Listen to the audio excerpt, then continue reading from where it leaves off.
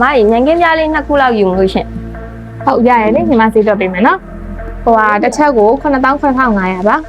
နည်းနည်းလျှော့ပေးဦးလေရရချပေးမယ်လေနော်15000နဲ့ယူလိုက်နော်နည်းနည်းလျှော့ပါဦးအမညီမတို့ကလေအမြတ်ခပ်ပါပဲယူထားတာဘာဖြစ်လို့လဲဆိုတော့ညံကင်းပြညီမတို့ကိုယ်တိုင်ထုတ်တဲ့ပစ္စည်းမို့လို့ပါအမြတ်ခပ်ပါဟုတ်လား9500မှာ9200ပဲကြာပြီး9000နင်တို့အမြတ်ယူထားမလားဟုတ်တာဗောညီမလေးမှန်တာဗောဘာဖြစ်လို့လဲဆိုတော့ညံကင်းပြထုတ်တဲ့ coin တွေကကြောက်ရလေအမအဲ့လမ်းပေးကနေပြီးတော့တက်ကောက်လာတာအမကိုယ်တိုင်တက်လာတာ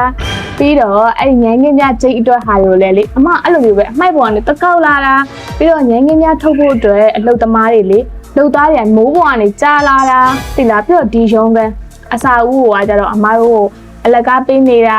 မီးပြတ်တဲ့ကမီတာကပေါ့နော်မီတာကကိုလည်းအမတို့ကဟိုဘက်ရုံကနေတွေ့ထားတာပြီးတော့မီးပြတ်နေဆက်နှိုးရတယ်လေအဲ့ဟာကိုလည်းအမရေထည့်ပြီးတော့မောင်းတာ Oh my god ပြီးတော့ညီမလေးကိုပစ္စည်းပို့တဲ့ခါကြလို့ရှင်ကားဆရာတွေလေအဲ့ကားဆရာတွေအမလင်တော်ထားတာအဲ့ကားဆရာတွေအမ